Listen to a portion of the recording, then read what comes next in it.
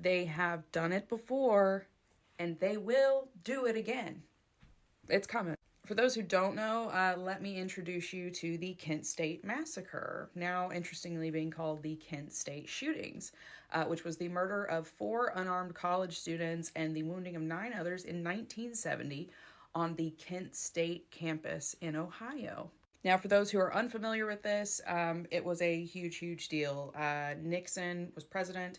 He had just basically publicly declared the expansion of the Cambodia efforts, the Cambodian war efforts, which was not popular. So 300 students at Kent State University gathered in protest. They were unarmed protests, right? We all know what that looks like. When all of a sudden at 12:24, the National Guard, the Ohio State National Guard, who had been called in to watch the protest, they opened fire. They opened fire on the crowd, killed 4 students, injured 9 others, created absolute terror and chaos on the campus. We still have a lot of the firsthand accounts, right? Because this was in 1970. The people that this happened to are still alive. They're still around. Suddenly, they, talking about the National Guard, turned around, got on their knees as if they were ordered to. They did it all together, aimed, and personally, I was standing there saying, they're not going to shoot. They can't do that. If they are going to shoot, it's going to be blank. Very interestingly, one of the musicians from the band Devo was there. And this is what he had to say about it. You can pause if you want to read that.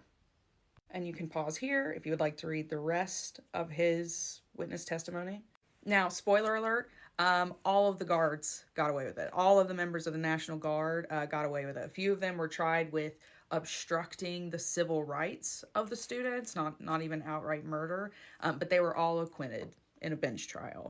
And that was because they all testified that they were scared for their lives. That they were scared for their lives, that they had heard a popping sound and thought it was a gun, so they had turned and fired on the crowd of obviously unarmed students. Of course, the FBI later investigated and found out that that was entirely untrue.